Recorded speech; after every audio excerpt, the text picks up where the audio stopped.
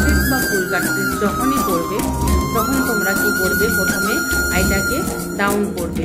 Down করার পর একটু কনসিলার নিয়ে নেবে। কনসিলার নেওয়ার পর আইটাকে ওপর দিকে তুলবে।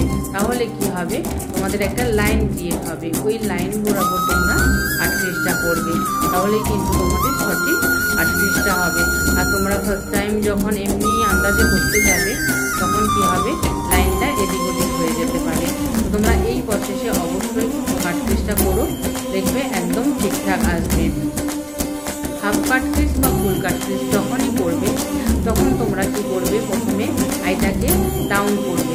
ডাউন করার পর একটু কনসিলার নিয়ে নেবে। কনসিলার নেওয়ার পর আইটাকে ওপর দিকে তুলবে। তাহলে কি হবে, তোমাদের একটা লাইন ক্রিয়েট হবে। ওই লাইন বরাবর তোমরা 38টা করবে। তাহলেই কিন্তু তোমাদের সঠিক 38টা হবে। আর তোমরা ফার্স্ট টাইম যখন এমনি আন্দাজে করতে যাবে